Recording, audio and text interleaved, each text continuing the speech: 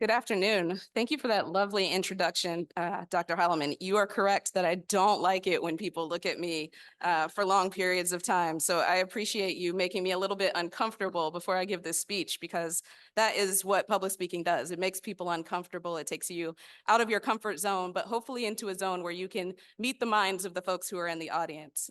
Thank you to President McLeod-Walls, the trustees, faculty, and staff, everyone who makes Jewell the very special place that it is. There are so many people in the Jewell community that I am grateful to for their contributions to my being here. But I would like to say a particular thank you to Dr. Lane, Dr. Holloman, the entire political science department, Dr. Robinson, our former dean, Dr. Rick Winslow, who gave me money for books anytime I had a cash flow issue with student aid. I had to shorten that list considerably because I'm only supposed to be up here for 5 to 7 minutes. But there are so many people who influenced my time at Jewell, and I'm deeply thankful to all of them. Thank you also to my family and friends who are here. Almost all of my professional contacts in Kansas City have a Jewell connection, which is a testament to the institution and also further evidence that birds of excellent feathers always flock together. It's a great day to be a Cardinal, and I thank all of you for coming to support me. And also congratulations to the other honorees and to your families on this very special occasion. I am truly honored, humbled, blessed, and thankful to be at this lectern again and to receive this award. I have very fond memories of spending time in this chapel, listening and learning, and I hope that the remarks I give today will give the students in the audience some guidance and give God glory. To come to Jewell, I scraped together several different scholarships, one of which was for folks who are aspiring pastors. Everyone who knows me even a little bit knows that I always wanted to be a lawyer.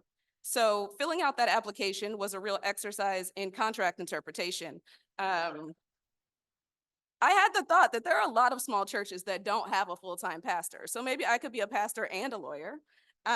Or maybe in the course of taking these classes, I was going to receive a call to ministry because the Lord works in mysterious ways. So as lawyers say, I got comfortable. I signed the application. I collected what I think was $2,500, and I took the related classes. I did not renew for the following year when I became an RA and had some other funding. But given that I was an aspiring pastor, you might be surprised to learn that I was not a regular chapel goer during my time at Jewell. But one of my core memories was in this chapel. I came to a sermon about the meaning of the college motto, Deo Fisus Laboro. We used to say physis, which I think is maybe just a Missourian way of saying it, but I looked it up before this speech, and it is in fact physis. Do with that what you will. You can continue to say physis if you want to. And I apologize if you've heard a lot of speeches about the school motto. Like students in the audience, if this is 2 of 3 years someone has started with the motto, I apologize. I didn't have time to watch all of the past speeches, and this is what I have. Sometimes also there is wisdom in the crowd, so the fact that multiple people have talked to you about it means maybe you should just pay really close attention. The motto, as I'm sure you know, is commonly translated as trust in God, work. But what I loved about this sermon was that it suggested an alternative translation of having trusted in God, work. The effort to appreciate that difference might seem like more contract interpretation, but that subtle change of language was meaningful to me then, and I think it's meaningful now. It's not just that I trust in God and work simultaneously and independently as implied by a comma. It's that my work necessarily follows from having trusted in God, and I can't do this work without having first trusted him. I think about this often. You know, my kids know the motto. My husband, who did not go to Jewell, knows the motto. When I asked him what my speech should be about, he was like, you have to make it about that motto. I will caveat, when I was at Jewell, it was thoroughly Baptist, as am I. From what I understand, maybe not so much on the thoroughly anymore, but I think there's insight in this saying, regardless of whether you substitute God or your creator or the universe or another spirit or entity that guides your life. So I don't want anyone to say, well, she's talking about God, I'm gonna tune out, because I think there's something in here for everyone.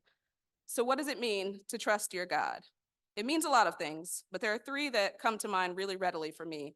And speeches are supposed to go in 3s, so I just picked 3s. First, it means that you trust that you were created for a reason. You trust that you have a purpose. You have to find that purpose, but I don't want any of the students in this room to think of that as a heavy obligation. This process that started for me at Jewell and continues now is really meant to be fun. God is not hiding who you're meant to be from you. It's really to the contrary. There's a Toni Morrison quote that I like, and she says, it's being open, not scratching for it, not digging for it, not constructing something, but being open to the situation and trusting that what you don't know will be available to you. It's bigger than your overt consciousness or your intelligence or even your gifts. It's out there somewhere, and you have to let it in. Use your time at Jewell to let it in. Do the things that you like, but also do the things you don't think you'll like so that you can find out what really lights you up. I mostly spent my time at Jewell on debate activities, which was fantastic for learning public speaking and critical thinking, which are skills I use every single day. It also helped me build the community that I have and value even now. But I still wish I had been less singularly focused. I missed so many great performances in the Now Harem and Jewell series, and now I have to pay a lot of money to see the same people do the same thing at the Met Opera. Don't be like me. Don't sit around Ely Hall, which I think is now renamed, listening to the entire Maroon 5 album on repeat. Take advantage of the opportunities that you have while they're free. And second, trusting in God means that you trust that who God made you is going to align with the opportunities you're supposed to have. I have a prayer group with two really good friends of mine from William Jewell, Tara Seals and TK, formerly Fu, now Angel. And I'm not sure when that group started. It might have been when Tara was studying for one of her nursing exams, or TK was studying for grad school admissions, or I was up late writing a paper, probably for Dr. Armstrong. But one thing that we always remind each other is that what God has for us is for us. It's tempting when you are a senior and you need a job to go into a job interview and be the person you think that they want to hire. It's tempting to try to write the admissions essay you think that the admissions officers want to read, but I would caution you against that. Not because I don't want you to have a job, or I don't want you to go to law school or go to grad school, but because I want you to get the right job and into the right law school and into the right grad school. I promise you that I've had the most success when I've been being myself. And that does not mean that I got into every law school or I got every job or every fellowship I ever applied for.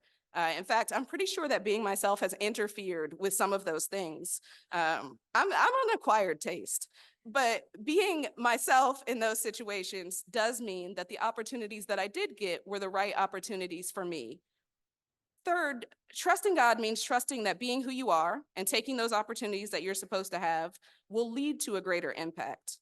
Your purpose, as my pastor says, is not just to bless you. It's also to bless other people who are connected to you. But I don't believe you should start there. One thing I learned in my very, very short time as an aspiring pastor is that the need is not the call. There are a lot of needs in the world. You could rank them all and decide that you're going to do something about the biggest one, but you wouldn't have the impact that you would have if you got quiet and sat with yourself and thought about who you are and what you like and what aligns with that and walked in your purpose. Don't dishonor God's plan for you by thinking that you have a plan that will accomplish more or better or faster than his will. And I say that as someone who's very ambitious and likes everything to go quickly. So I do mean that.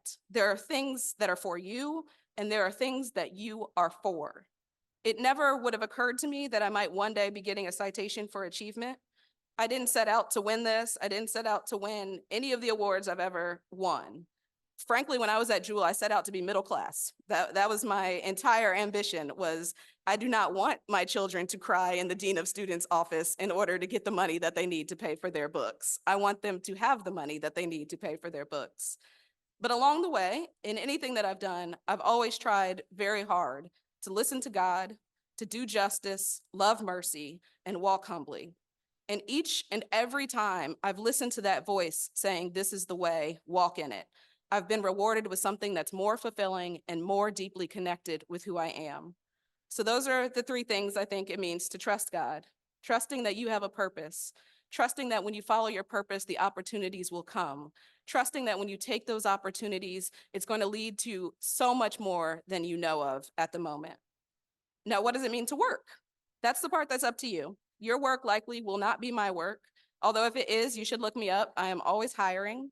But in any event, you have to take advantage of this campus and this education, let it all in, figure out who you are, and then show people that you. Don't dim your light. Don't hide yourself. Be the person who you were created to be. I promise you that if you do those things, the success that comes to you will be exceedingly and abundantly above all that you can ask for or imagine. And better than me promising you, God promised you, and he who promised is faithful. Trust in him and get to work.